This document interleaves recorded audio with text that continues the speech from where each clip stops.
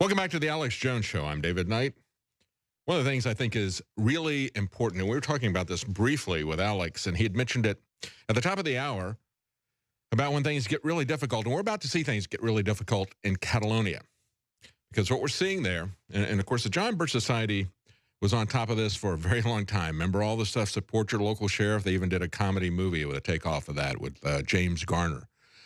But that's what they were talking about. They were talking about keeping law enforcement local. They understood the danger of having a national police force. It's like the danger of having a standing army.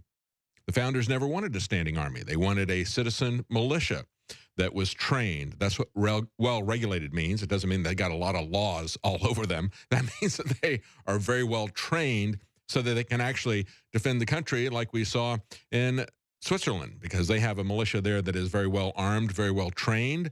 That little island that never got involved in World War II, there's a reason for that.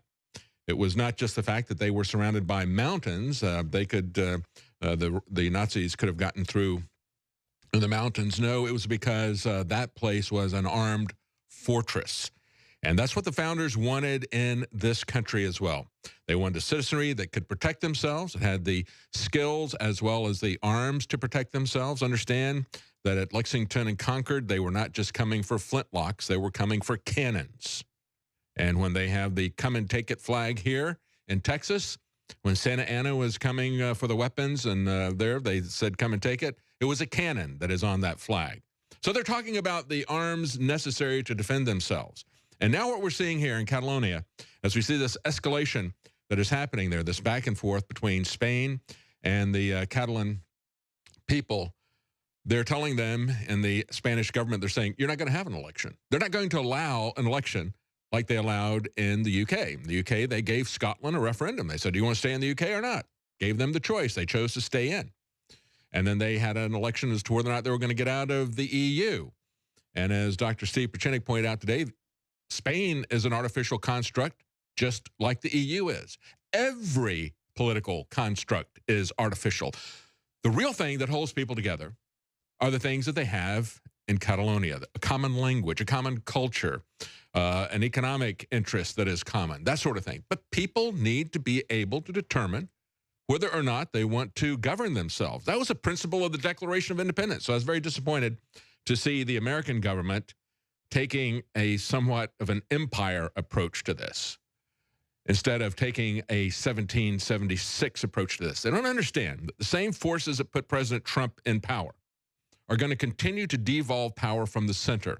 And if we go back and understand, if we get beyond the false history that we've been given about the Civil War, it was a real eye-opener for me years ago. My wife, part of her family is from Italy, and they had a diary of somebody who was in the army of Garibaldi. And there was a civil war in Italy at exactly the same time that we had our civil war here in America. Exactly the same time. And here's what caused it. The same thing that happened here in America. No, they didn't have plantations with slaves on them. They had agrarian interests versus industrial interests. And the industrial interests were trying to consolidate power into a nation state. Prior to that time, in Italy, as well as through Prussia and Austria and others, there were regional centers of power, especially in Italy. It was predominantly cities that had the power. And they consolidated that into a nation state. And it was a movement of the industrialists who wanted to consolidate power against the agrarian interests who had held power previous to that. And so when you look at this, you realize that it wasn't just in America that we had this concentration of forces into the nation state. Because prior to the Civil War, everybody talked about the United States are. The United States are. Then it became the United States is. It was that consolidation that was a product of our Civil War that turned us into an empire. But it also created other nation states in Italy and Germany. And that was a worldwide movement driven by the Industrial Revolution. It was a difference, it was a sea change in the way government was done. And now we see the same type of thing happening again. There's a sea change that is happening throughout the world. Part of it is being driven by the information revolution, the fact that people are able to connect with each other as they were able to during the Revolutionary War. They had committees of correspondence. Well, that's what the internet is, isn't it? That's what your social media is, in a way. But it's also the ability to be able to analyze and process information, to connect with people who are like-minded. And whatever the causes of it are, and however this has come about, what is happening is a movement across the globe to get control of our lives in the way that it is expressed in the Declaration of Independence. We have certain inalienable rights that we possess as human beings, as creatures of God, every one of us, regardless of our nation, regardless of our race, whatever. We all have these same rights that we get from God. Government is created to defend those rights. That's the principles of the Declaration of Independence. That's the principle our government was created on. And when the government does not protect those rights, when it becomes hostile to those rights, when it starts to take those rights away, that's the point at which we have not only the right, but the duty to alter or abolish that government. Now, we can do it peacefully or we can do it violently. If you make peaceful change, peaceful revolution impossible, as JFK said, you're going to have violent revolution. So that's the question before Catalonia. How does this devolve? Well, it devolves into whether or not the local sheriffs are going to support a free election or not.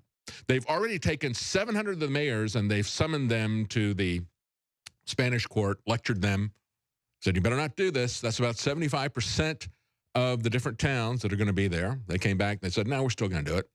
They arrested 14 individuals in the national government. They said, no, we're still going to do it. They confiscated the ballots. They said, we're still going to do it. And they are threatening to use force, and they're telling the local police, the Massa, that they are going to take orders from the central government. We'll see about that. I think the harder they squeeze, you go back to Star Wars, remember? When Carrie Fisher, Princess Leia, says to him, you know, you squeeze these people, they're going to, like water coming through your fingers. I don't remember the exact quote, but that's essentially what's happening. The harder you squeeze these people, the more they're going to push back. It was already the majority of people who wanted to have independence, and I think they have hardened this even more by their oppressive, reactionary movements.